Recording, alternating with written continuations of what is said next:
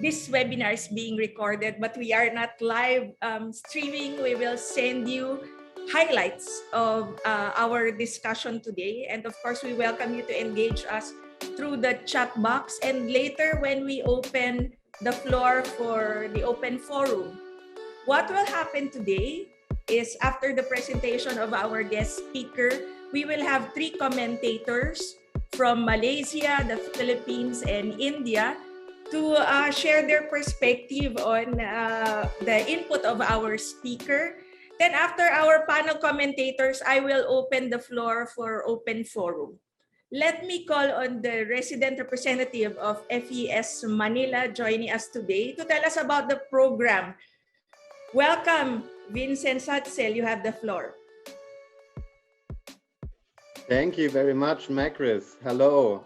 Hello, dear participants, dear partners, guests, dear FES colleagues and friends. Well, I'm very happy to see you all here today for our Friday afternoon session. And above all, I am pleased that so many partners from all over Asia have joined us, and even from the US. But that, I guess, that may also be due to our exciting topic and our speaker, whom I would like to extend a warm welcome to. Welcome, Mark Saxer. Mark is the Asia and Pacific Department head in FES, and I think he's no stranger to this circle here. Many of you have worked with him before, especially when it comes to transformative change making. On the basis of his many years of experience with which he has also made here in Asia in various ways, Mark has developed a practice-oriented method with TCM to initiate social changes beyond different living environments and different interests. At the beginning of this year, Mark published the book on the method. It is entitled Transformativer Realismus, or Transformative Realism in English. With the book, Mark gives us the opportunity to delve deeper into the analysis of current systematic crisis, and he makes suggestions on how we can overcome them. That means that transformative realism is more than just a theory of the TCM method. Transformative realism is a perspective to analyze the world, and it is an attitude to shape the world together in alliances and to change it for the better. In today's session, Mark will introduce us a little deeper into the construction of transformative realism. He will also look at the role of progressive forces in shaping society. As usual, I hope Mark will certainly confront us with our own blind spots, but he will also show us ways in which progressive forces can contribute to overcome the inertia of the status quo. A very particular example was the general election for the Bundestag 3 weeks ago in Germany. The Social Democratic Party of Germany emerged as the strongest force here after a long phase of crisis. I think some of the basic theses of Mark's analysis could certainly be confronted by the election result.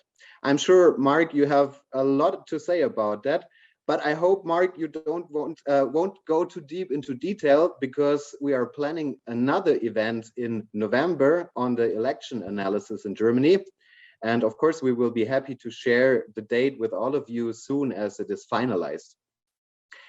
After Mark's introduction of transformative realism, I am particularly looking forward to our joint discussion. Some of the premises that Mark assumes in his book apply predominantly in the context of Western democracies, as it seems to me. I'm very much looking forward to further investigating and questioning this together. Therefore, thank you very much to Lee Jin Tong from the Democratic Action Party in Malaysia, to Percy Sandana from the Akbayan Citizen Action Party from the Philippines here, and of course to Sabine Devan from Just Jobs Network in India. The three of you will discuss with Mark what the analysis and the reception of transformative realism could look like in an Asian context. Thank you very much for being here with us today. Unfortunately, Munk Tsetsek Tserent Yamts from the Mongolian People's Party cannot be with us today. She has to meet important parliamentary obligations. We wish her all the best for that and hope to see her soon in another context. Well, now I have talked enough, but before we start, I would like to thank our friends from SOCDEM Asia for organizing this event today. In particular, Macris Caballeros, who thankfully take over the moderation. Thanks again to everyone. A very warm welcome, and I wish us an informative lecture and exciting discussion. Dear Macris, you have the floor. Mabuhay, thank you very much, and maraming salamat. Now you have a book. SPD is in government. We are excited to hear from you, Mark, your perspective a year after. Welcome, Mark Saxer. You have the floor. Thank you very much, Macris and Vincent, for these friendly words. And good morning from Berlin. It's really nice to see all these familiar faces here in the chat, which is also a reminder that it's been too long that we've seen each other face to face. I'm really looking forward to a time when it's easier and better to travel again. Anyway, it's still good to discuss with you guys because obviously these are exciting times. In case you've been wondering what I was doing here in Berlin, cannot come to Asia, I wrote a book and we won the election. And this has not so much to do with each other as it sounds, but I think we are coming together on a new paradigm that is very, very helpful and is getting social democracy out of crisis where it's been stuck for the last 15 years. The title of the event today is called A New Politics. Not so sure if what I'm suggesting is a new politics, it's rather a back to the roots thinking. I think what I'm suggesting is a renaissance of really classical social democratic thinking. And I think that is a formula that will actually really bring us forward. Well, without much further ado, I will just share my screen now.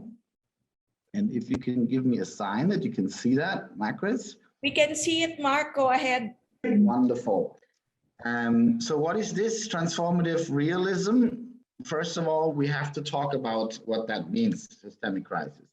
What I do mean is that we have a series of crises in the West, but also globally, starting with the financial crisis, 2008, the Euro crisis, climate crisis, refugee crisis, democracy crisis, right-wing populist crisis, demographic crisis, and now the Corona crisis.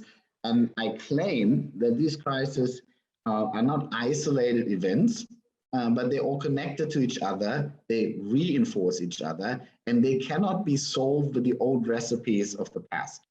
So we are really looking towards a paradigm shift that makes it necessary to come up with new thinking and as well end the old thinking of the neoliberal age. So I do claim that the neoliberal age after 4 decades is really coming to an end.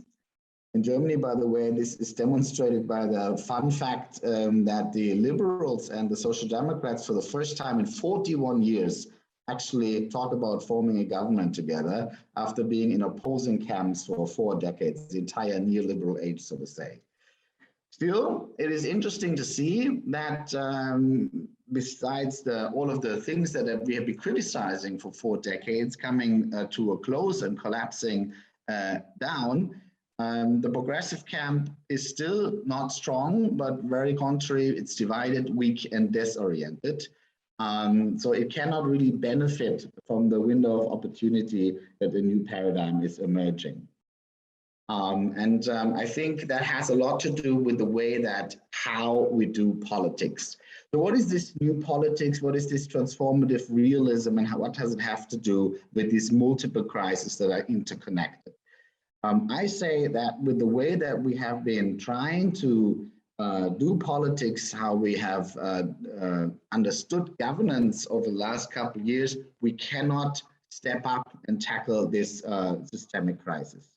They are basically, at least this is what Vincent's called a very German take on things. We have to see how we bring that into Asia right now. But it's a German book for a German audience, so I will have to basically start from here. What we had in those 16 years of American government, but that's also what you see in Brussels, that's also what you see in many Western countries, is a style of government or governance that I call technocratic incrementalism. What's that? It basically means that you look at all these crises around you, cut them into little pieces, into little problems, ask the experts what to do with it, and then try to solve it step by step by step, small step by small step, I would like to underline. That is actually something that is very popular in Germany. Still, a vast majority of Germans appreciate this kind of not too noisy, not too ideological, very pragmatic style of governance. The problem is that it's not enough to tackle crises that actually undermine the system in and by itself. So you cannot just wince and twist a few screws here and there and basically act as a big repair shop for the market.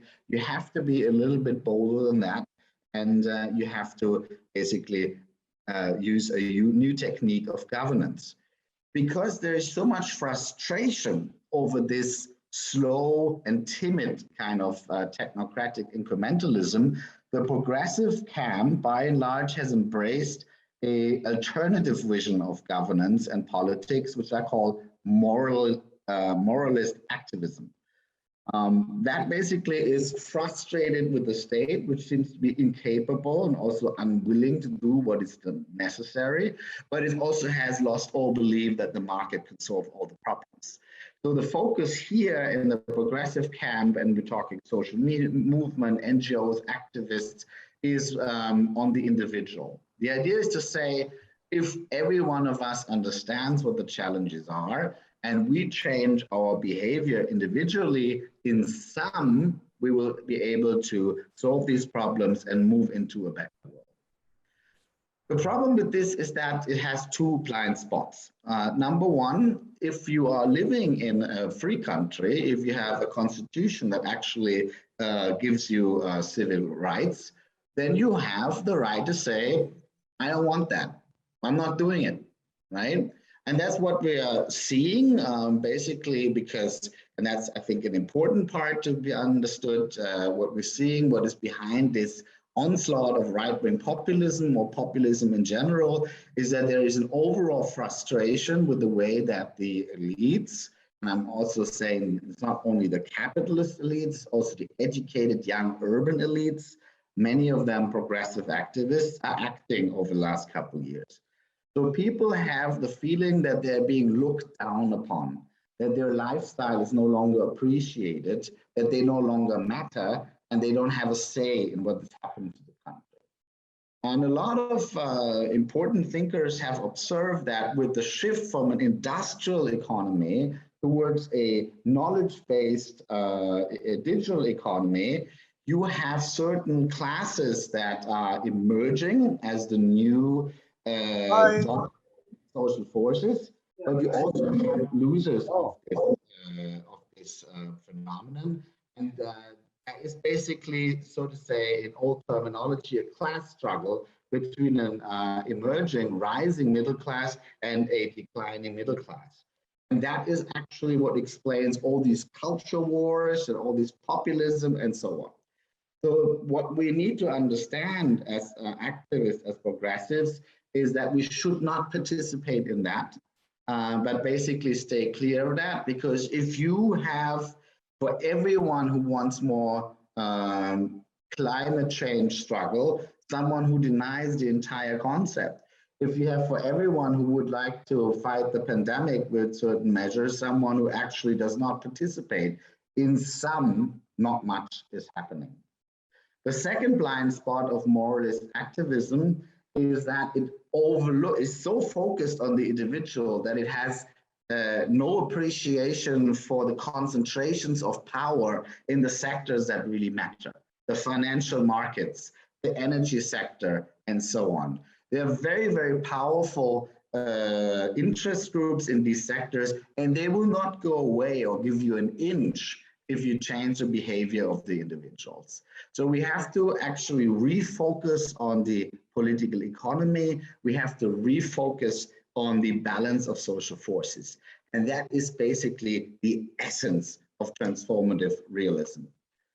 This graph, many of you have seen before. That is basically at the beginning of all of my thinking when it comes to transformative change making and transformative realism, to really understand change, to really understand political outcomes as the outcome of societal struggles between those who want change and those who seek to uphold the status quo, for whatever reason, by the way, because they benefited from it materially, or maybe they're under the illusion that they benefit from it, which is a very powerful force. The issue is always the same. We have to focus on the balance of social forces, and we have to be able to win a struggle against resistance. The problem is that, number one, no single social group is big enough and strong enough to win this struggle. So automatically, we are faced with a challenge to build broad societal alliances that actually can mobilize the power resources that are needed to win this struggle. And this is a very difficult thing because social groups have diverging interests, identities, and ideologies, sometimes contrarian interests, identities, and ideologies. That's why it's so hard to build alliances, and it's even harder to keep them together. Those of you who have participated in the street politics in Asia over the last decade know that. It is relatively, it's not easy, but it's easier to bring people together on a square and protest against something, but keeping this broad societal alliance together and struggle for something, that is a very hard thing to do.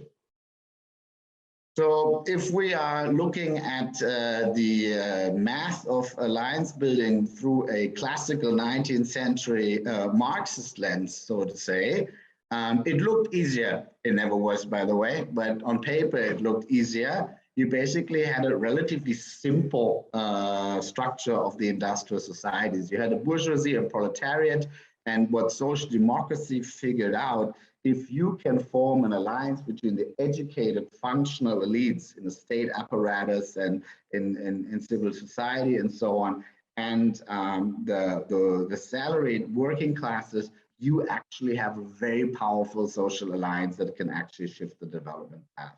That is 150 years of social democracy in a nutshell, right? The problem is that our societies look like this today. This is the post-industrial, knowledge-based, capitalist, plural society that we see in many Western countries. You don't even have to look into what exactly these milieus are. The point is that there are at least 9 of them, and they have very different ideological leanings. They have very different values and worldviews. They have very different hopes and fears. That makes it really difficult to form an alliance between them. And I'm not even inclined to use the word milieu anymore, because that somehow suggests that these milieus have a political party that represents them. That used to be the case in the past. That is also not the case anymore. These life worlds are heavily competed over between different political projects, different political parties, and they shift their colors quite drastically. This year is the outcome of the German elections in 2017. If I would do the same study today in 2021, the picture would look entirely different. The point is that I'm trying to make, it's very difficult to bring together this diverse set of what I call life worlds. Again, that is a social group that has a similar class structure, a similar position in the production process, similar hopes and dreams and fears and anxieties, similar values and worldviews. That's what I call a life world. And they are very diverse, and it's very difficult to form alliances between them.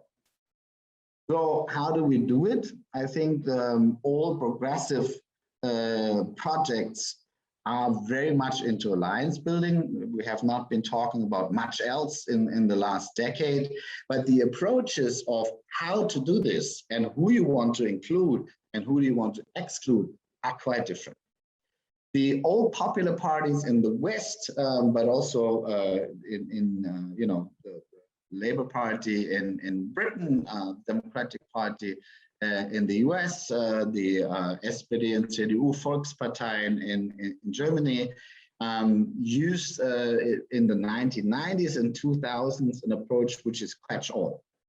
So the idea was to say, let's do a lot of research, polling, focus groups, and find a tailor-made political program for every demographic niche. So if you are a 47-year-old Protestant woman that lives in East Germany, I have a policy for you, right? And if you are a Rust Belt worker in a coal mine in West Germany, I have a policy for that, right?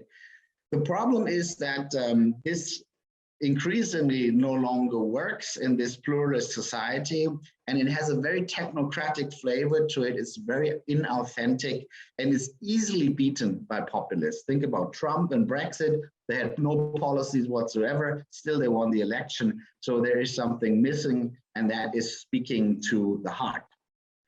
So very popular in the West, but I do know from some of the friends in Asia that I've been discussing with in the last decade, also popular in Asia, is the so-called intersectional alliance.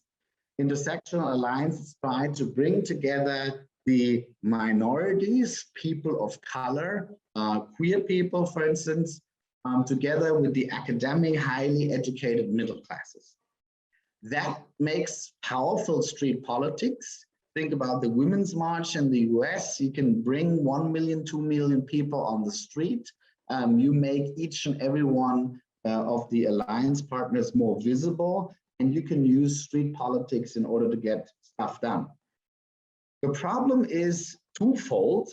Number one, identity politics is always zero-sum. What one group takes, another group loses. So the problem is that immediately you start pitching identity groups against each other. Against, if you think about the Women's March in the US, you remember that there was a huge internal fight over the relationship between Israel and Palestine. And it almost exploded the whole thing. It's very typical for intersectional alliances because the identity groups think so much in terms of their own hopes and fears, values and worldviews that it's easily clashing and therefore bringing down the entire alliance. Second, if you bring together groups that are very, very far from being hegemonic and bring in relatively little power resources except discourse, I find it hard to believe that something like this can become hegemonic. I think it's just too weak and too fragmented an alliance to hold up for the task at hand.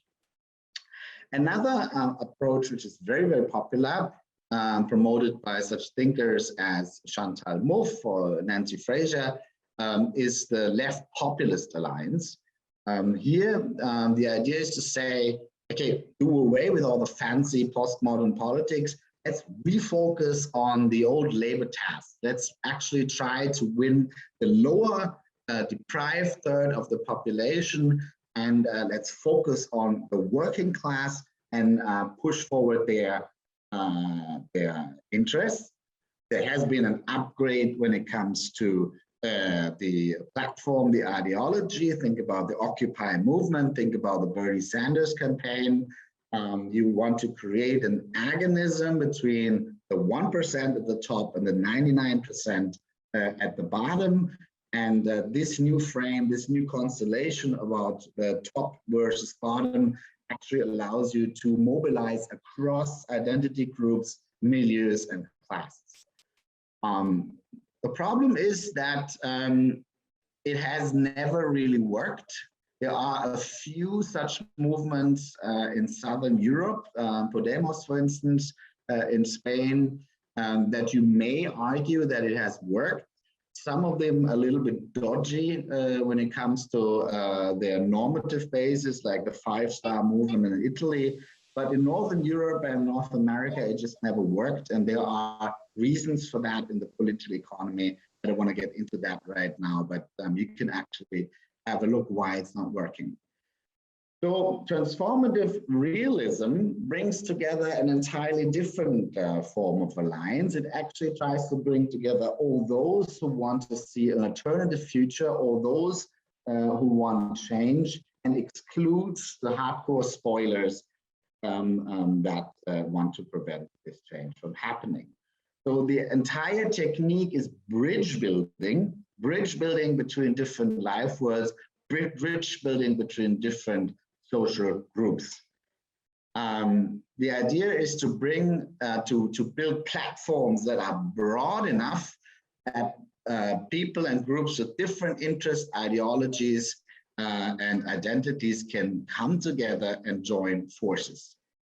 It is, however, not embracing radical agendas, because that will create a narrow coalition that will not be able to mobilize the power resources needed to win the battle against the status quo. And it will trigger these reactionary counter revolts at the other side of the spectrum that I talked about earlier. I'd like to give you a very practical example how you see such a process at work.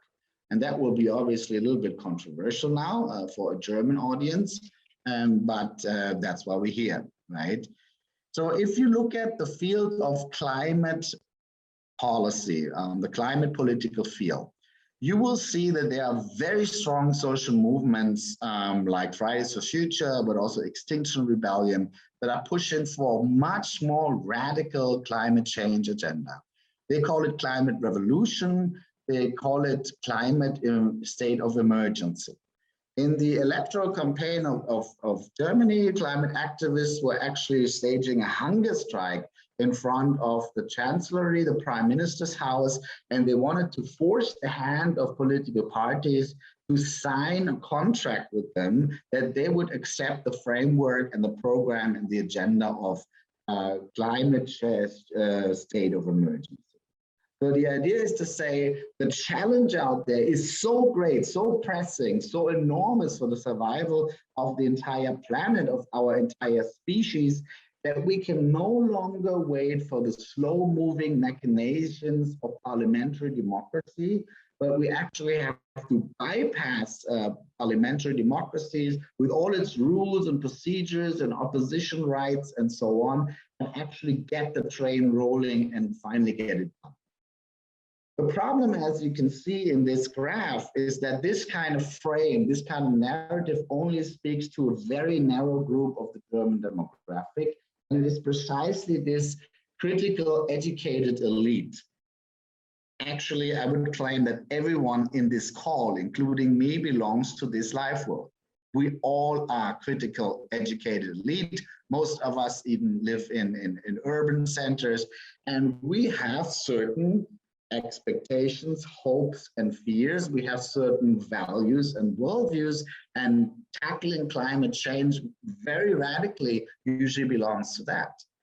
But we do not, and we are not able to extend, mobilize beyond our own life world.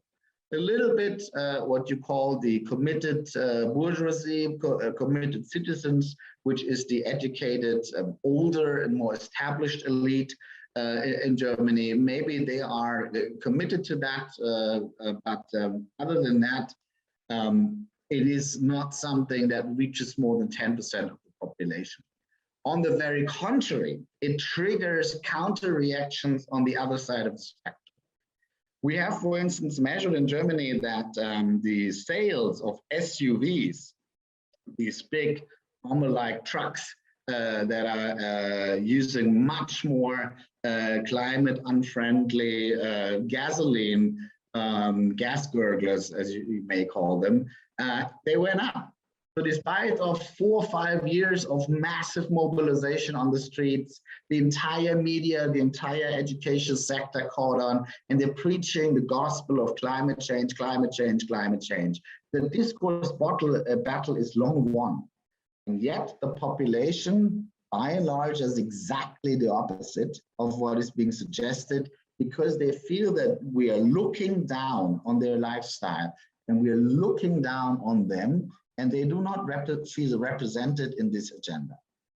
So a better way of actually getting the social and ecological transformation done is to take the center, the middle belly of the population with you into the transformation. And that has several dimensions. That actually means that you have to give material security and compensation, classical social democratic welfare politics, public services, but also if you think about coal miners or something, you simply have to reimburse them for being basically falling into nothingness. The right-wing populist hardcore concentration in East Germany it's not a coincidence that it's in the former brown coal mining areas, because these people have just been laid off, right? And they got no compensation whatsoever. There's no jobs, there's no hope for the future for them. So they're very, very bitter and actually fighting the status quo. So material compensation is one part of it. Second, you have to let people participate, have a say, and actually feel that their say means something in the way that we tackle these structural changes. So we have to have more democracy, especially on the communal level. And third, you have to give people a feeling that they are respected, that we're not rolling over them, that they are part of this community and they can have a sense of belonging. I say, I don't want to talk about the social democratic platform and campaign slogans too much, but I can already tell you that respect was the central claim. And it is one of these bridges that I've been talking about that actually work between queer and people of color, Rust Belt workers and people in East Germany, people that feel that they are looked down upon for their lifestyle, as well as people who feel left behind in the rapid automation game. Respect for you working on all of these life worlds, and it is one of these bridges that I actually talk about that are at the very core of transformative realism. So one of the platforms that actually works, that's obviously not from me, it's been around for a while, is the Green New Deal. The Green New Deal does exactly that. It wants to speed up transformation, but it wants to also take the vast part of the majority with them by compensating the losers. That's what you call just transition.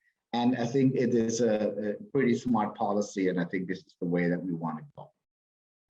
So taking this formula, taking this thinking, taking this approach to politics, we can apply the same formula everywhere.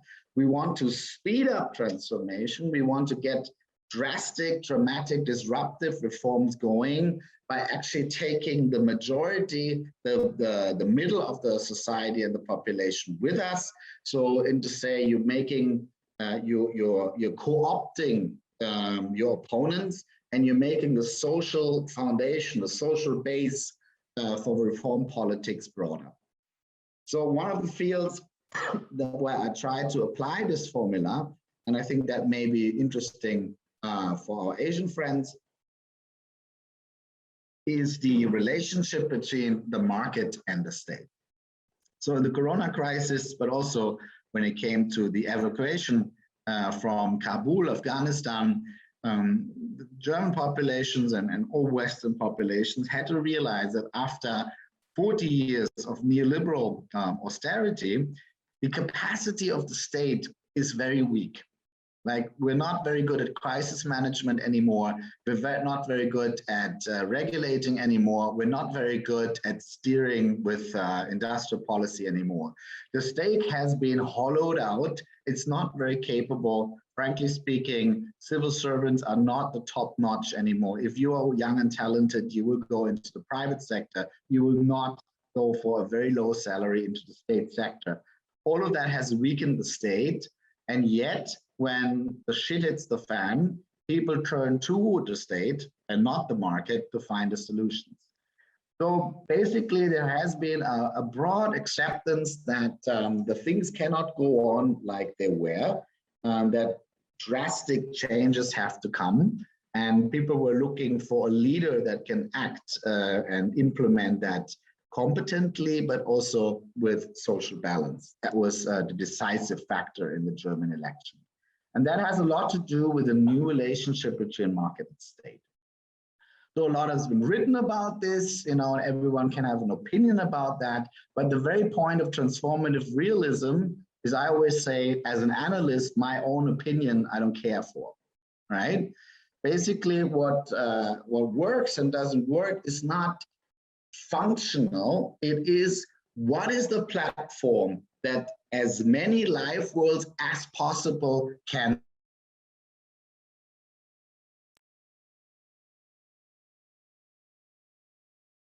state brings back world-class public services at the peripheries. It actually uses industrial policy, but also monopoly busting in order to steer the private sector. It is it invests very heavily in research and development and lays the infrastructure for future growth. So it's a new Keynesian, pretty active, investing, but also capable state. That is complementary to the hopes and fears, to the values and worldviews of a lot of these life worlds that you can see in the middle. The problem is that this is not something that the educated middle classes feel very comfortable with, especially the critical educated elite, people like us, get a little bit careful when it comes to this whole idea of security and the nation state. So that's something that under progressives seems not the right way to go. When it comes to the committed bourgeoisie, the committed citizenry, there's a lot of entrepreneurs in this life world.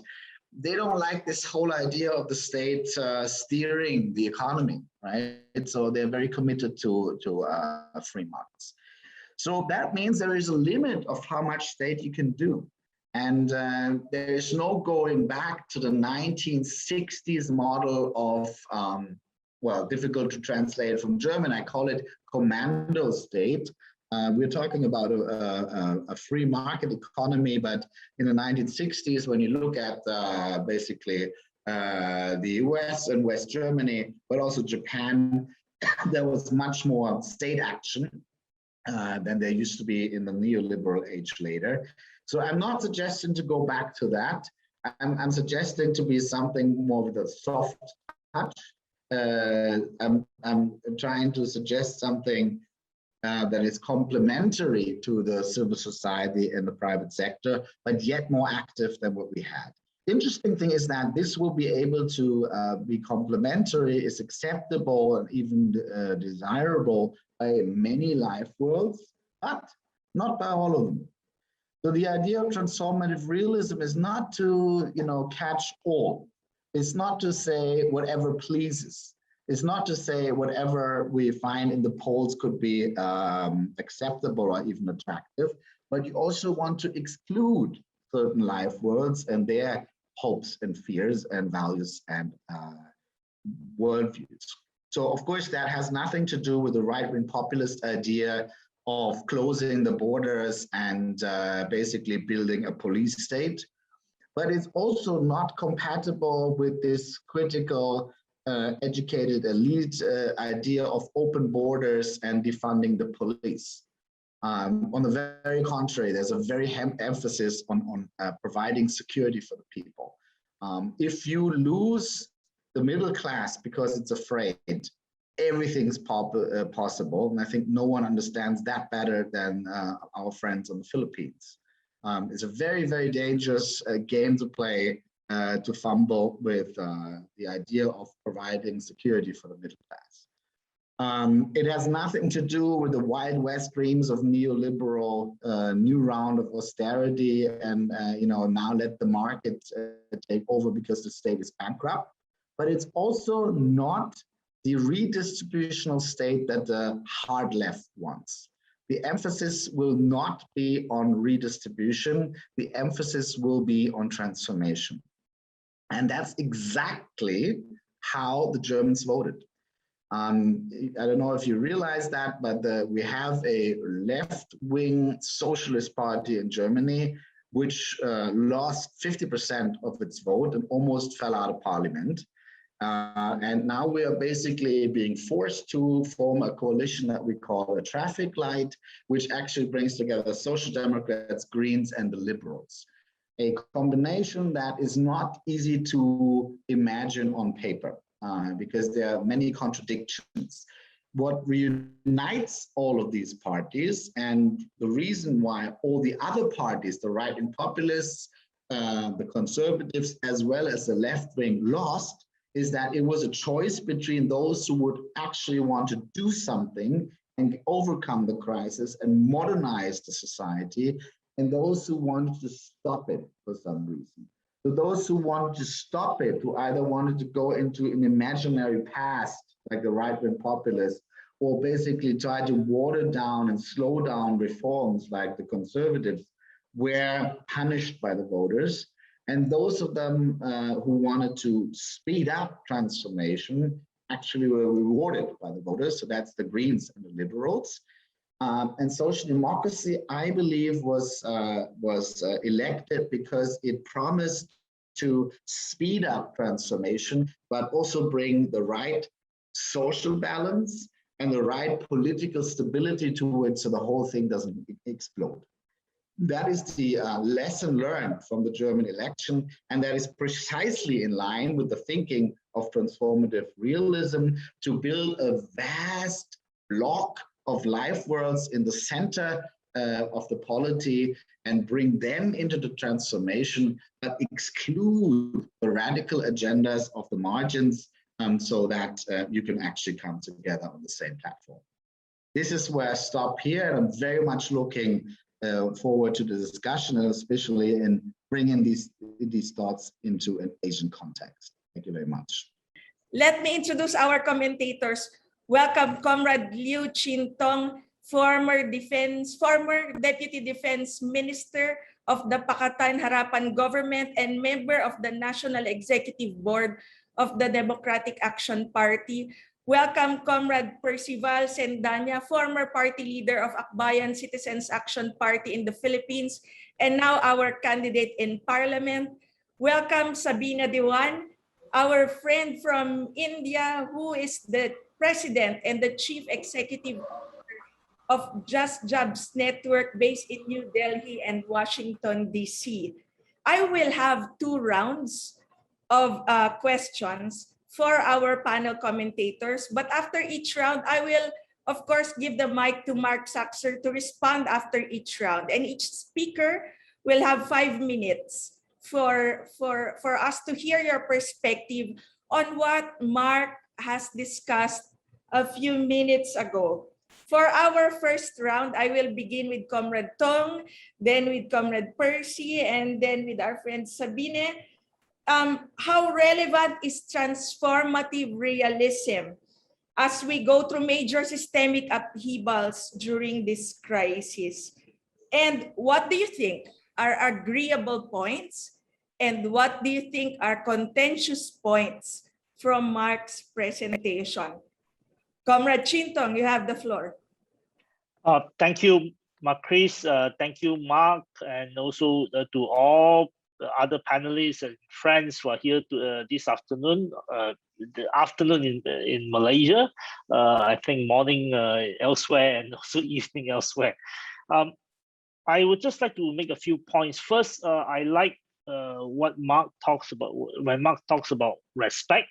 I've been saying that there needs to be a politics that based on empathy. There has been too much confrontation. There has been too much, especially when it comes to identity politics, And in our context, in the Malaysian context, say my party has been fighting for meritocracy, meritocracy versus a state that had actually promoted ethnic or race-based what they call favoritism to a certain extent, but also affirmative action at better times when it started. The idea is that I think we need to break the war of identity politics, and also remove this idea that meritocracy is the only way to go. I think there is a need to meritocracy has a very strong sense of self-righteousness, and this is difficult to deal with. I think we need to somehow say, particularly for DAP, for Democratic Action Party, there is a need to bring the party to see that there are many victims of capitalism, there are many victims of the system, and we need to bring everyone together through this idea of either respect or empathy, so that we empathize with those who are in need, and also those who are looking for upward social mobility.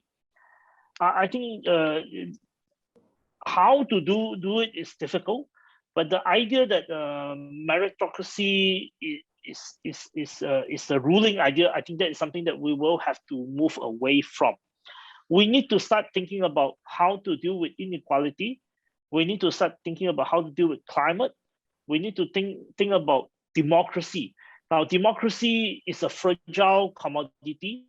Democracy is very fragile especially in Asia, in the Philippines, in Malaysia, in other parts of Asia.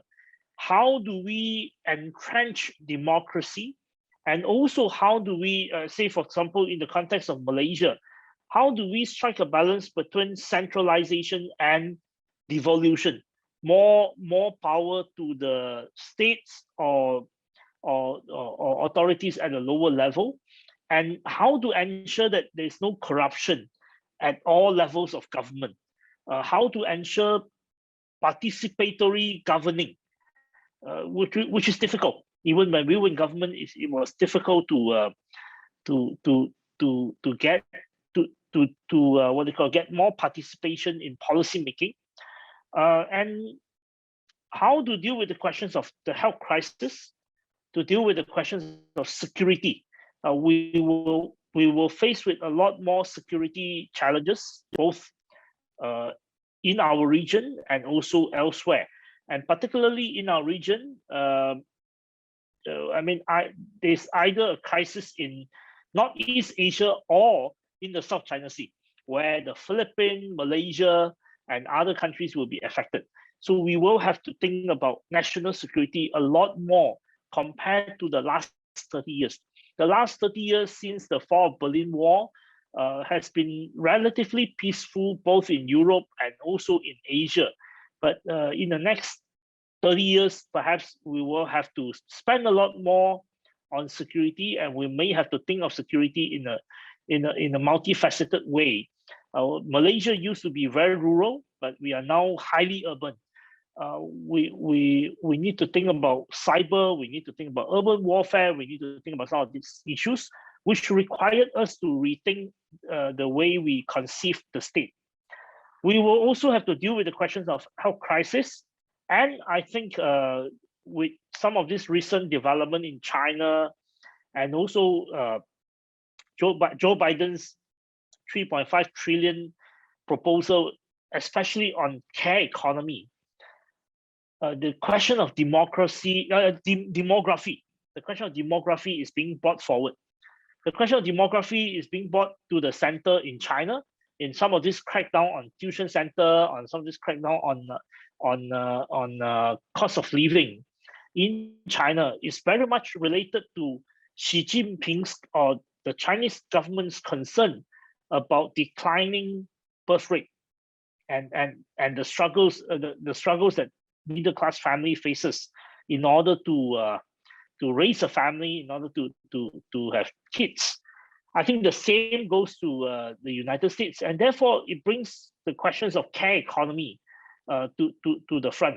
How do we ensure that we create jobs in all sectors, including creating paid job in the care economy, in terms of childcare, aged care, dealing with what they call declining birth rate, but also dealing with an aging society.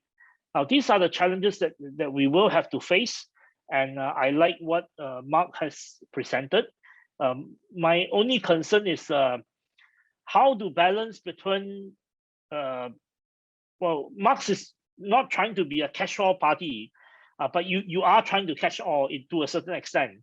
There is always difficult to balance between catching all and providing I mean, much as Marx talks about providing a transformative platform for all, where do you cut?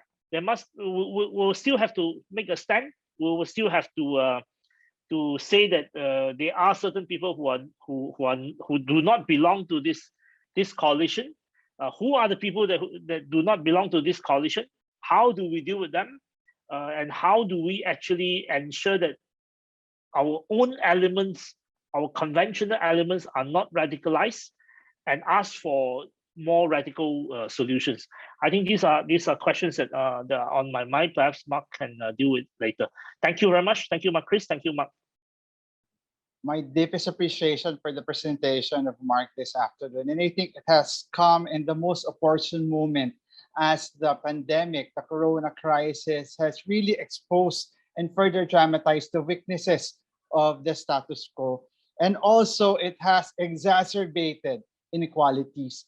So perhaps my first reflection after the presentation of Mark is because the pandemic has exacerbated inequalities, and yet there is this assertion that there might be need to exclude radical agenda in the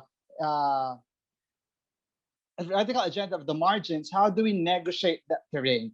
The terrain of this exacerbated inequalities, and then the agenda of those in the margins. So that would be an interesting conversation perhaps later in the afternoon as we discuss transformative realism. So let me begin this afternoon's reflection with one of the more poignant points that was made mention by Mark on that neoliberalism is coming to an end, yet progressives are divided, weak, and disoriented.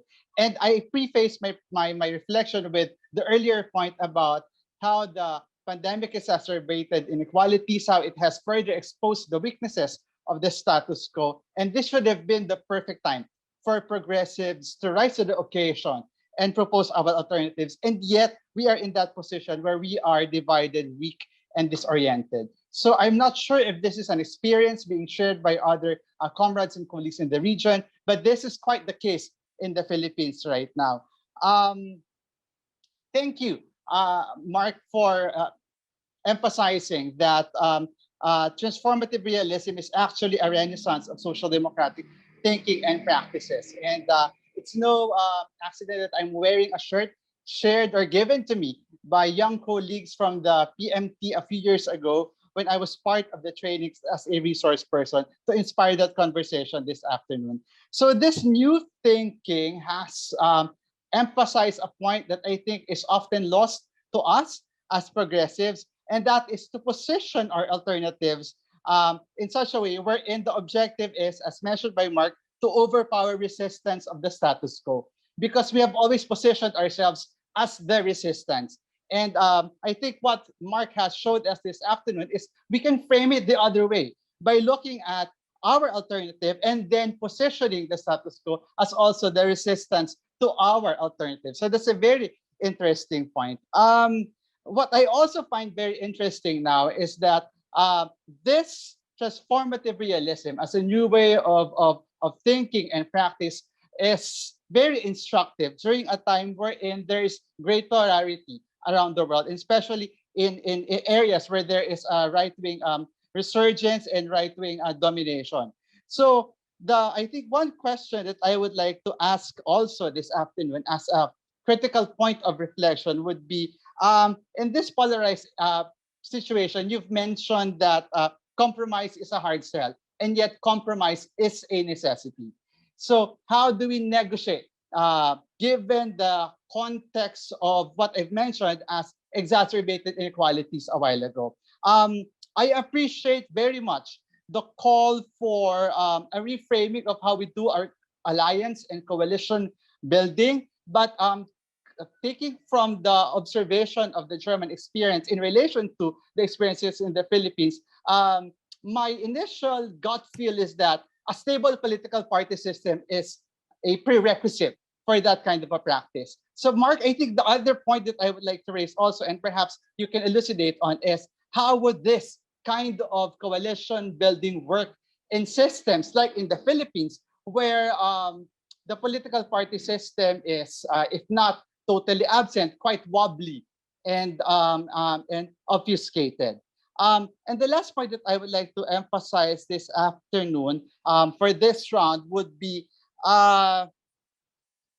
if transformative realism is a practice of addition instead of the usual practice of subtraction or division, and you've mentioned the target is at least 50% of the forces involved, what is the guidepost that could be used in incorporating various life worlds into the fold? I'm asking for a guidepost because I think the experience in Germany would be very helpful as we navigate through a national elections come 2022 in the Philippines, wherein there's a need really to mobilize those who are striving to end the current status quo and also provide new alternatives without losing of the more structural and fundamental reforms that we are pushing for as social democrats. So that would be all for in the meantime, Macris. Thank you.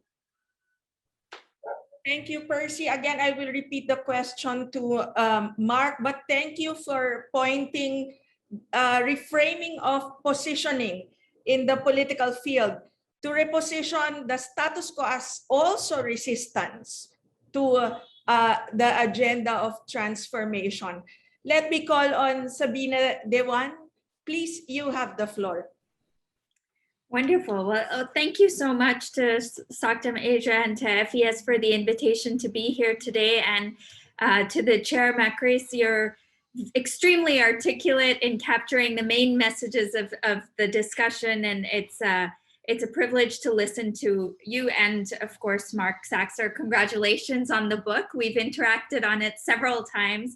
And every time I hear you present, I come up with new questions I want to ask you, because it is just such an important and stimulating part of the discourse today. So thank you for presenting us with this opportunity to think about the how as much as the what. I think, we are in an unprecedented time right now. And in some ways, I think every generation thinks that their time is unprecedented. But I think the kinds of existential crises we are facing today and the confluence of different crises really do make this a unique time in history.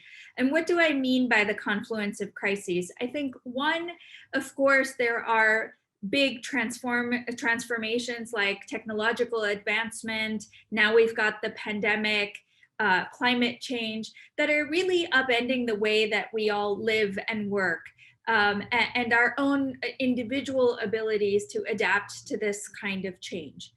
The second category of crises, as it were, is the actual polarization of both the political as well as the media environment, right? And I think that that's a really important aspect that we often don't talk about enough, which is, we are in some ways living in a post-truth era with the current media environment.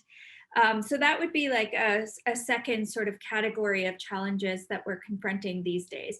And the third is something that I think Mark has very clearly spoken about, as have the other colleagues on the panel, about the inability of government and governance institutions to keep up with the pace and scale and dynamics of these crises that we are experiencing today. So all of this as a sort of as a way to say that clearly a new paradigm is required. And Mark's book, Transformative Realism, I think does exactly that. It presents us with a how-to plan that in some ways can help revitalize progressivism with this approach that is much more aligned to the changing environment today. And as Mark said himself, to bridge building that kind of addresses the how aspect of many of these crises. Now, of course, every time I hear Mark present, as I said, I come up with more questions that I want to ask you. So I'm actually going to take the rest of my time to present you with some of my questions that come to mind. And one is that this approach, as I said, talks about the how, but do we also need to consider the what, right? Comrade Tong and Percy both spoke about, Comrade Tong spoke about the need to move beyond meritocracy, about the kinds of challenges we're confronting with demographic change and job creation. And Comrade Percy spoke about the weaknesses of progressivism.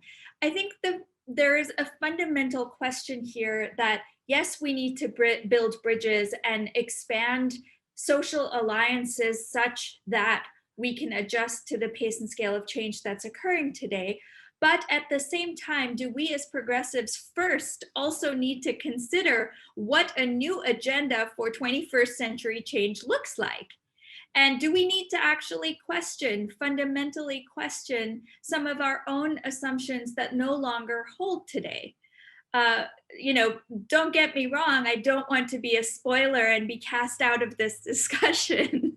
I am truly a progressive at heart, but I think that a part of the weakness of progressivism that we are experiencing is also that more and more of our agenda has been co-opted by the right, and that we are lacking for ideas on how to resolve some of the challenges that are confronting economies and societies today. So that's one.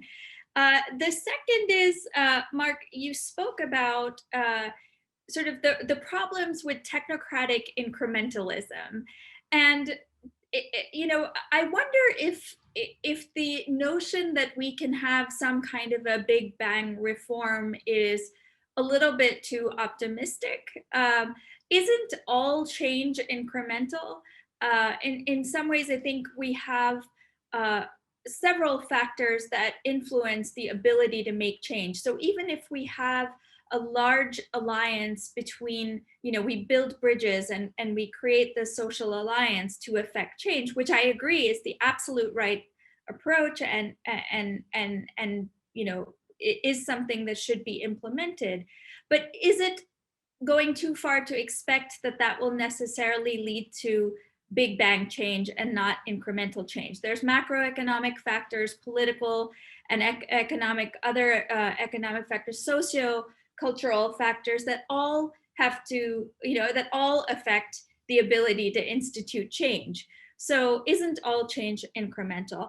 And the third is something that has already come up, and maybe it's also for us to reflect on the answer to the third question, but it's of course the applicability of this new paradigm to the developing world. And not just Asia, but other parts of the world that are developing, where we have very, very heterogeneous populations, where we have very heterogeneous economies with informality, with different ethnic groups, coupled with weak institutions. Does broadening the social base for instituting change provide a more inclusive approach to dealing with heterogeneous populations? Perhaps it does, in which case I think your book actually has even more applicability to the developing world than perhaps in Germany. But on the other hand, I think it also poses questions about how do you build this kind of a broad-based social alliance in economies and societies and cultures that are very heterogeneous. So I will stop there because I think I've asked a lot of questions. But thank you again for a very, very stimulating discussion, and also providing us with a new approach, a new paradigm. I think a lot of people talk about the problems, and very few people actually go into providing a plan of action and a roadmap. And I think you've done exactly that. So I look forward to continuing to engage with you on these issues. Thank you. Mark, you have the floor. Well, thank you very much. Obviously, challenging questions, and I think this will be a very, very interesting debate. Maybe let me start with the big one first. This whole idea. So, how much do we have to reposition ourselves in the political field, and how much of our agenda do we have to give up on that? That's actually absolutely not the idea of transformative realism. The idea, and as you see, I put together two complicated words here, transformative and realism, right? Transformative is supposed to indicate that you actually speed up, become bolder with your reform agenda. And realism does not mean compromise everything that you hold dear away. It actually means focus on the balance of social forces. Whatever you do, you have to do it in a strategic way by positioning yourself in the political field and always understand what the life worlds want. So I had the amazing advantage that all the groundwork of actually doing the research on these life worlds have done by someone else, and I could just elaborate on that.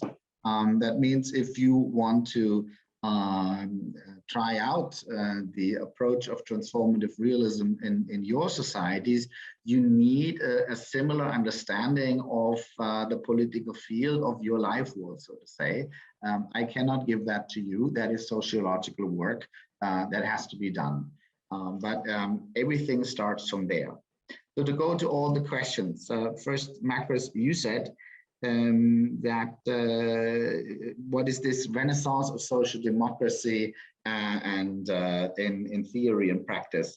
I just want to emphasize again that in my understanding, social democracy was always the core actor in shaping transformation. This is actually what we also have done with the last industrial revolution, basically bringing together the social forces then in a big social compromise and building the social contract that actually was able to pacify the industrial societies, for instance, through collective bargaining and the welfare state. And what we have to do right now with the next transformation is exactly the same monumentous task of trying to build a new social compromise onto which we can build a new order for this new transformation. So it's really going back to the roots of what we do best, and that is stabilizing the transformation through political compromise between classes, life worlds, and milieus. Finton's interesting points. Well, first of all, I completely agree with you that Malaysia's scourge, Malaysia's plague, so to say, is identity politics.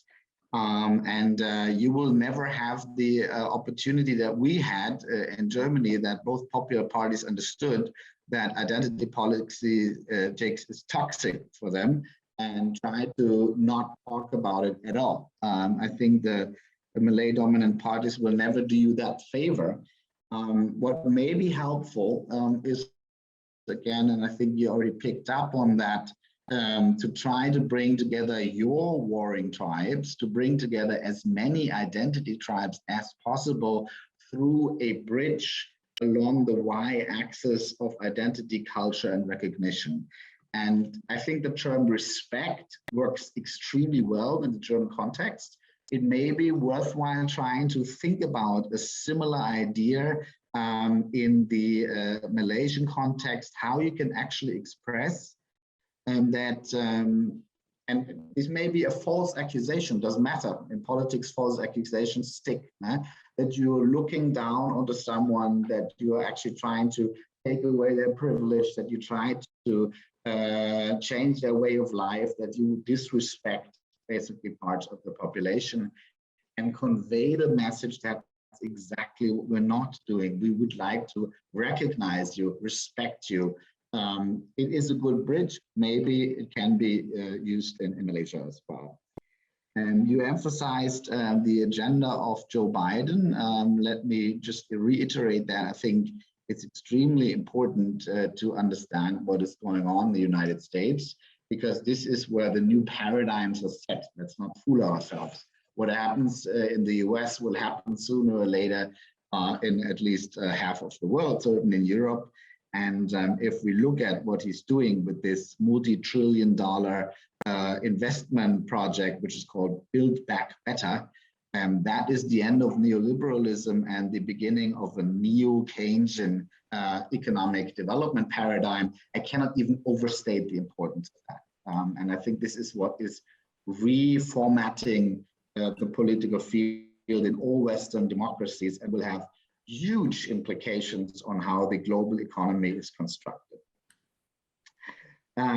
Percival and you, and I think Sabina as well, all asked the question, so what is this tension between catch all, try to be as broad as possible, but at the same time mobilize the base, not, basically betray the values and the core agenda that we all stand on, and basically where you cut the fringes.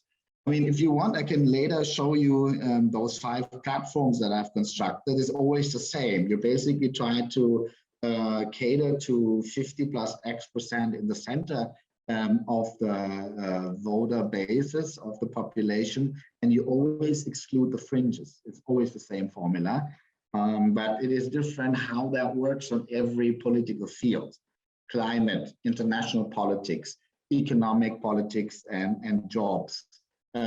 Integration, migration, and social cohesion. You have to come up with different platforms and exclude different rivalry political projects.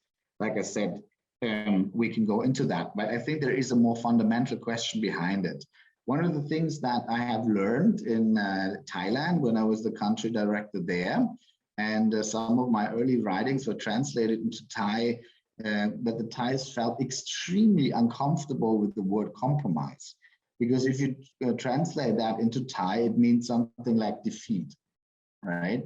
And that's obviously not what I'm talking about here. In German, we have a similar word, which is called formula compromise, which means the lowest common denominator between positions, which amounts to almost nothing. This is not what I'm trying to suggest here with transformative realism. It is about actually building a common project. It's building a common platform for different life worlds where they can all assemble. So that is, first of all, a wake-up call to progressive comrades, progressive activists from this left top corner, basically ourselves, that we cannot just simply impose our values and worldviews, our attitudes and manner of speaking onto the society, but we have to go back to the drawing board and test each and every policy if it actually is possible to build a broad alliance around it or not. If you want, and the time allows, I would like to elaborate that later on the example of a universal basic income, which is a favorite amongst progressives, and I believe it will not work. It will not work through the lens of transformative realism. Maybe I can elaborate on that later. Sabina said that we have these vast changes in the media landscape, and that is something that is actually wind into our face. It's quite interesting to observe the German elections. We have a couple of Germans in the audience. I don't know how you read the situation, but I would say that this time, for the first time in a long time, the media, both the old media as well as new media, social media, did not matter. They all had the same opinion. They all wanted a coalition between the Greens and the CDU, and they all declared social democracy dead. None of them saw the renaissance, the resurgence of the SPD coming. And they still, after the election, could not believe it, right? So they have completely misunderstood the political mood. And it also seems they have lost their guidance for the population. The people just voted what they wanted and didn't care what the media said. That is quite an interesting thing. incrementalism isn't all change incremental. Well, governance is always incremental, and I think that cannot change because things are difficult and you have to find the right policy mix, and actually, the technique of implementing policies is incremental, and obviously I do not want to change that. The problem is the strategic thinking. I think that, and that may be a very German thing right now, I'm not sure if that translates into other societies. But if you talk to policymakers, also social democrats, say 5 years ago, 10 years ago, they have a very clear understanding of what's possible within the status quo and what not. What political forces in the parliament, but also what social forces in the society would be able to agree upon and what not. And that limited their imagination of the possible to such a narrow set of policies that the whole thing was so timid and so slow and so small, they just did not actually match the challenges that are out there. And vast parts of the German population, for different reasons, no longer wanted to endorse this kind of little step by little step timid politics, right? So you basically had a groundswell of people, both young and frustrated for different reasons, that demand a bolder politics. So what I'm trying to say is, let's be more imaginative what alternative social formation, what alternative future is possible, and deduct from there what's possible, and not so much limited by the boundaries of the status quo, because transformation is all about overcoming the status quo. Right? And the last point is that how does that match up with Asia's heterogeneous populations? I think you're very right, Sabina, that I think this may be a strong point in the book, which is, by the way, translated into English as we speak. Sorry, that takes so long. But I think, the whole point why transformative realism was written is to make the point that the Western society become more heterogeneous, more plural, more fragmented, more polarized, right? And that's why the alliance building gets more complicated and the public discourse gets more toxic, and it's so difficult to agree on anything.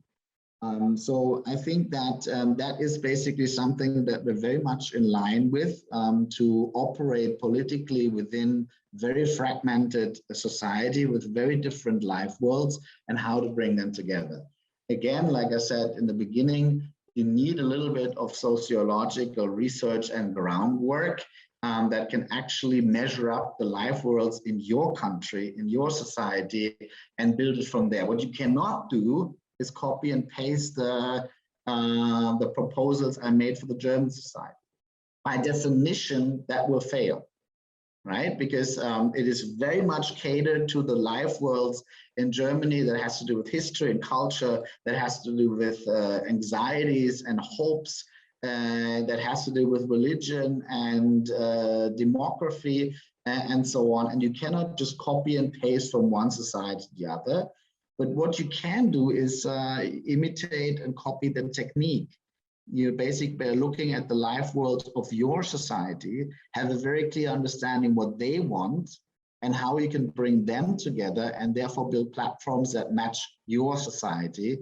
That's what I wanted to say with transformative realism. The answers that I give them specifically for the German society, you cannot copy and paste. Wonderful. Thank you so much, Chair. I was hoping that you wouldn't do that, although I had a feeling that you would. But so let me try to answer your question, and also pick up on a couple of things that Mark mentioned. And then I have one more question for him. But first, I think I really appreciated Mark's insights on how governance and implementation of change is always essentially incremental, but, and I'm rephrasing here, but the visioning process doesn't have to be. And I think that really actually puts, really taps into the pulse of what I think has been one of the weaknesses of progressivism over the last several years has been the inability to provide a new vision for a 21st century economy and the kind of changes that are happening all around us. And so, I think that I still hold that the starting point is for us as progressives to figure out where we need to update our agendas, number one, and then to craft a vision that is bold, that is broad enough to encompass the variety of social groupings that we would like to bring under this umbrella in order to be able to institute change, but with the understanding and messaging around the fact that essentially change is an incremental process. So that's number one. In terms of envisioning a transformative platform for change, I think, again, having worked in this area and having given a lot of thought to why we witnessed, especially in the last few years, this kind of paradigm shift, this pendulum that kind of swung to the right, and now we're gradually, hopefully, seeing, with the election in the US and then in Germany and in Norway, the return of more progressive forces. I think there is a kind of honesty that we need to institute in our own political thinking about how the environment has changed. If I look at the area of jobs and labor markets in particular, I think we have to actually acknowledge, for example, and I'm using this as an example, that there is growing precarity in the labor market, right? That there is this reality that, that formal sector jobs are becoming more and more insecure. And that the idea that we can I'm just using what I think is a fundamental progressive belief that we have to formalize the informal. But how do we do that when the formal sector itself is becoming more and more precarious, right? So we have to fundamentally start to question, is the old conventional idea of like formalizing the informal the right paradigm behind which we should be crafting our agendas? Or do we need to think of alternative ways of protecting, workers? Do we need to keep fighting for, for social protection in the formal sector when we know that large shares of our economies are informal and there's a delinking of employment and social security, right? So I'm trying to present examples from the field that I know best of how some of our conventional ideas, maybe another powerful one is, it is indisputable that trade unions are fundamental in the continued fight for justice. But there is something to be considered that trade unions have been losing support over the last several years. And we need to ask the hard questions as progressives for why some of these trends, why are we sticking to the status quo in terms of our beliefs? So I'm not questioning that trade unions are important, but do we need to think about new models of trade unionism that can reinvigorate the movement, right? And I think those kinds of fundamental questions are, it is how I would envision a transformative platform for change, starting with questioning the kinds of assumptions that progressivism has been based on for a very long time that are now being cast into question, which I think also propelled the shift to the right. And then I'll just end with this. So where I end up on this, Mark, with my third point, which is a question for you, is really about the 50% plus X, and how you mentioned that we have to form coalitions. We'll be forming different coalitions along different topics. So the climate change coalition might be different from the jobs coalition. But my question is that these issues are so deeply integrated that how do you kind of have separate coalitions? isn't one of the problems of a polarized environment precisely the fact that the climate activists don't actually talk to the job activists that don't actually talk, so it's a very operational question that I'd like to end on. But thank you so much for this opportunity, and I look forward to hearing the other panelists now. Thank you. Thank you, Comrade Macris. In preparation for this session this afternoon, I read some of the summaries of the book and some of the articles written by Mark. And I found it very interesting that in one of the pieces he wrote, he made mention that we can only make the great transformation happen by convincing a majority of society. And this leads me back to a very fundamental value that we have constantly advocated for, worked for, and aspired for. That is, as young activists, we're always told to capture imagination. And I think with transformative realism, we are again reminded of that important task of progressive, of capturing imagination. But this time, that the capturing of imagination has been sort of quantified, because it has been clearly outlined that you need at least 50% of those in the various life worlds in order to do that.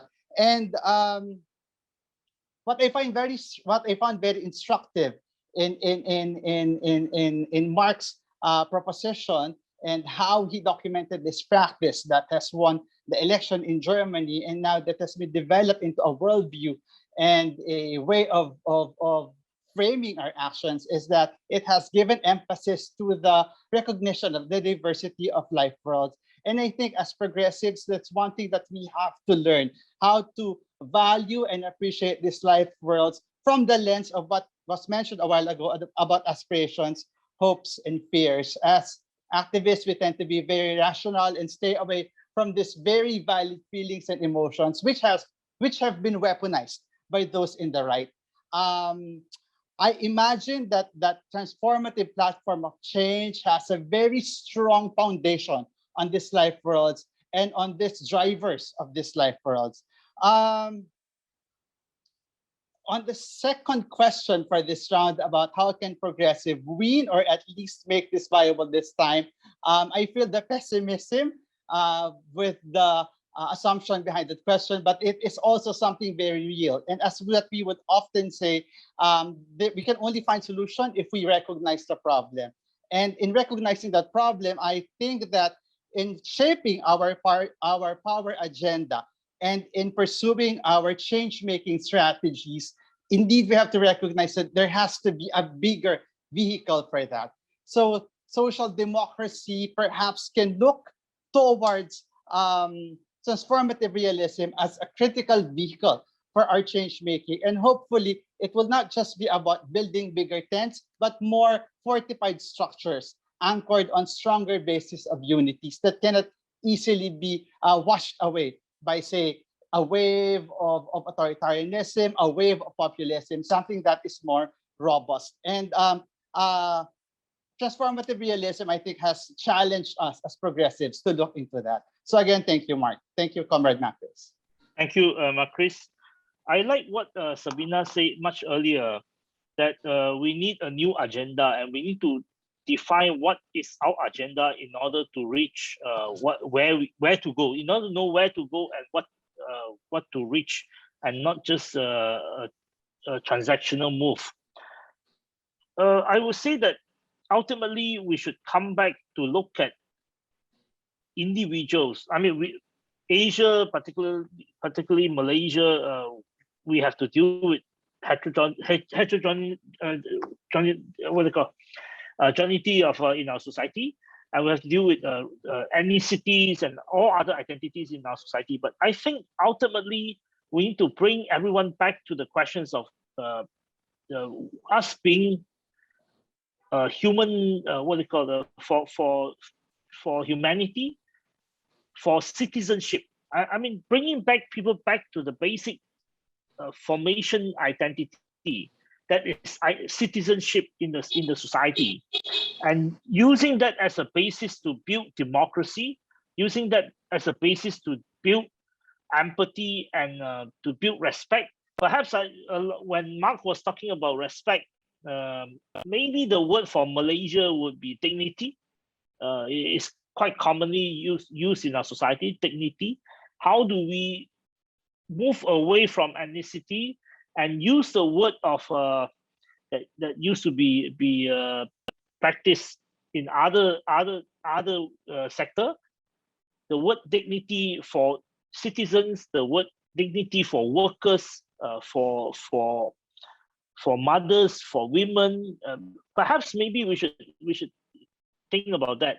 But ultimately, we need to ask the questions of how the state will function and how do we guide the state to function in our society, in a society that we desire. How do we structure the state, and what is the role of the state in the new Keynesian situation? Those are my comments. Thank you. Let us now come to how transformative realism frames or puts this all together with your response. Well, I mean, let's start with Sabina's point and Ching Tong's point that we need a new agenda, a new vision. And the realism part is always about looking what's happening, right? That's the starting point from everything. And what's happening is that we are seeing a revolution in the international political economy that has a lot to do with the fight over hegemony between China and the US. So we will see that beyond the trade war and the tech war that's going on already, there will be a politicization of market access, infrastructure investment, and supply chains. So this free trade world of the last 40 years is coming to a close. I'm not talking about decoupling, I'm talking about diversification, but still it's quite a significant change. At the same time, we see the structural changes, old industries dying, new industries emerging is getting faster. The pressure onto that is getting bigger. And therefore, we see a speed up when it comes to automation, the replacement of humans by machines, structuring as well as reshoring of production facilities in the global economy. Why am I saying this? Because transformative realism has two main ideas here. Number one, we have to take all life worlds with us through these changes that are happening, and you will win an election. You will be able to shape this transformation if a lot of people believe that you will be the one who can actually shape this competently, but also in a socially balanced way. I will come back to that later when we tackle Percival's question about populism. The second message of transformative realism is that we always should be on the lookout for new allies. And I think the interesting fact is that, at least in Germany, but I think I've seen similar signs in other countries as well, is that the economic and political elites have already understood that these changes are underway. And they are now finally embracing the idea that the status quo is no longer tenable. And that opens a lot of opportunities for a political refiguration, right? It will be possible to form new alliances that were not possible before. The main term for that, Ching Tong, I'm sure that is something that you can work with in Malaysia. I'm definitely sure that it's something that's needed in Thailand. I'm not so sure about the Philippines. You will have to think about that. The term for that is modernization. It's not democratization, it is modernization. You can build in very interesting political coalitions around that basically say, we have no longer the luxury to lag behind. We're actually falling behind with the old politics, and we need to leap forward into this new international political economy, and therefore all the forces that want modernization have to come together and break through the impasse. That actually allows you to form political coalition across political camps. How that is being done is, of course, complicated, and we do a lecture on that next when I talk about the German coalition and the election. The interesting thing is that what is this new vision, you know? And I think we are so much closer to seeing that now than we've only been 3 or 4 years ago. We do know that the social, ecological, and digital transformation is hegemonic now. No one questions that anymore. That is a victory that actually has been achieved. We know that there will be a more active and more investing and more steering role of the state. We know that this comes with new educational and welfare policies. And we know that it will come with a new economic paradigm, which is going to be neo-Keynesian, right? So we know a lot about this vision and this agenda, which we have not known only a few years ago. Second, the question that Sabina asked is, so, okay, the activists are on their own planet, and how do we bring them together? You know, it's like, how do we bring together labor activists and climate activists?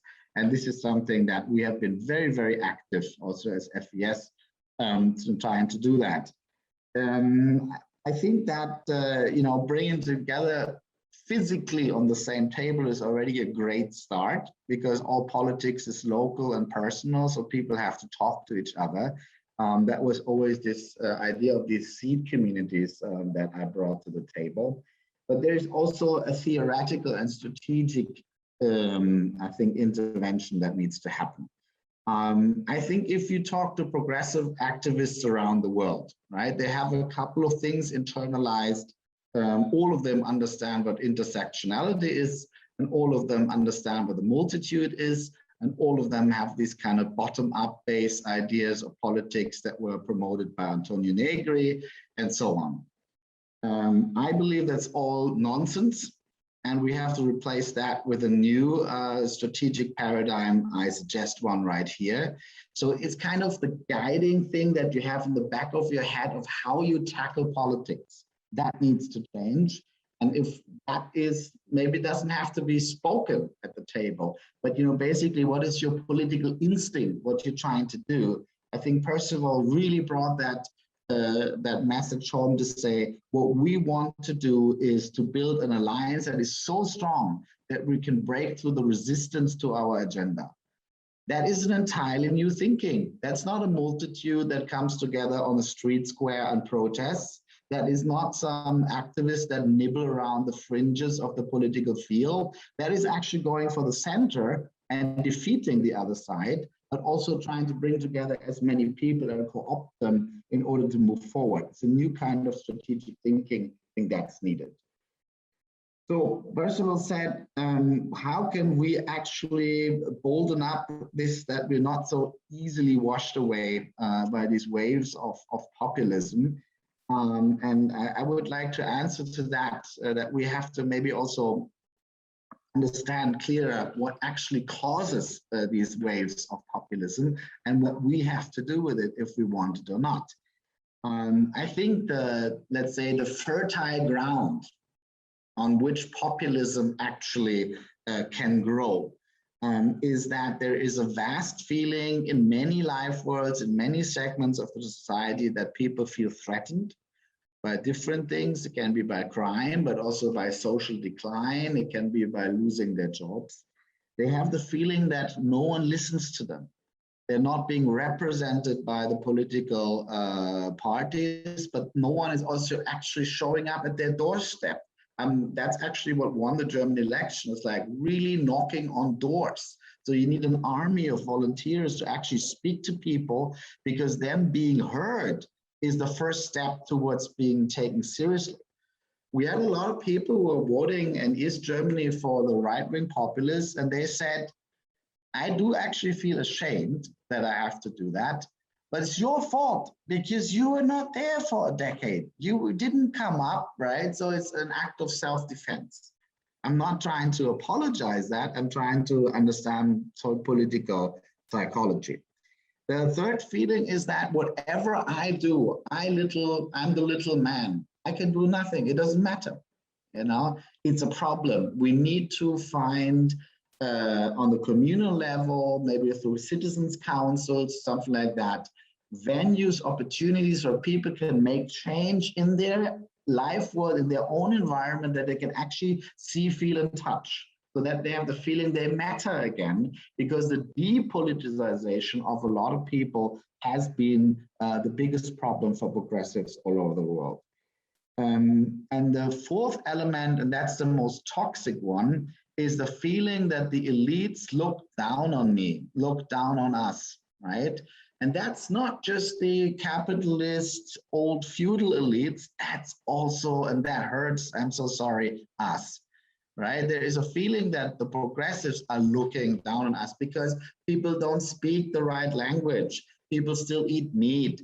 People still want to do a holiday and board an airplane, and they want to have a car. I'm sorry for that, right? And we're telling them they're evil, stupid, backwards, old white males or whatever. It is an attitude that pisses off people, and it needs to stop. So what is the counter to that? So how do you deal with this kind of politics? I think there needs to be a combination between, like I said, material security. You know, it's not just words that will heal the wounds. You have to provide social security so people do not fall into a black hole. You have to provide public services everywhere. And you have to basically compensate people that are the losers of structural change in the industrial base. There has to be a political element, like I said, participation, being heard, representation, and also actually the opportunity to have venues and platforms on which you can become active and shape the things around you. The communal level here is extremely important. This is the first step towards politicalization of people, is actually the communal level, not the national level. And third, there is a cultural element, an emotional element that has to do with a sense of dignity. I like that very much, Shintong, what you said. Respect, a sense of belonging, a sense of what we means, and that I belong to that we, a collective identity, right? So there needs to be material, political, and well as emotional and cultural interventions in order to break this wave of populism. And that's not going to happen overnight. I mean, we have caused that problem over 30 years or 40 years, and we cannot snip our fingers, tell the people, oh, we have changed. You know, we're new now, you can trust us. It is really about credibility and re-earning the trust of the people. And I can only emphasize how important it is to knock on doors. People actually need new faces. That has to do with generational change. Of the new parliamentary faction of the SPD, out of 204 parliamentarians, 104 are elected for the first time, and 47 of them are under 40 years old. So new faces, fresh faces that can actually, you know, get a little bit of the load of the past off their shoulders and really talk to people and listen to them and take them seriously. That's the first step towards being taken seriously again.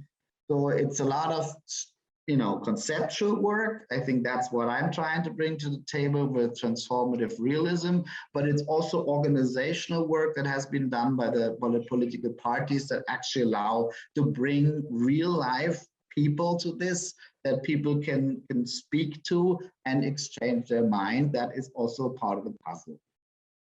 Thank you, Mark Saxer, and thank you to our panel commentators. I see my chair emeritus Eta Rosales raising her hand, and I will lose my job if I will not call her. Let us have my chair emeritus. Thank you, Mark, for staying in. I'll have Eta Rosales. You have the floor. Okay, thank you very much. And thank you, Macris, for inviting me here. I found it very refreshing in the midst of the elections that we are preparing for. Mark, my question is simple. Akbayan wants to regain a party list that we had lost in the House of Representatives.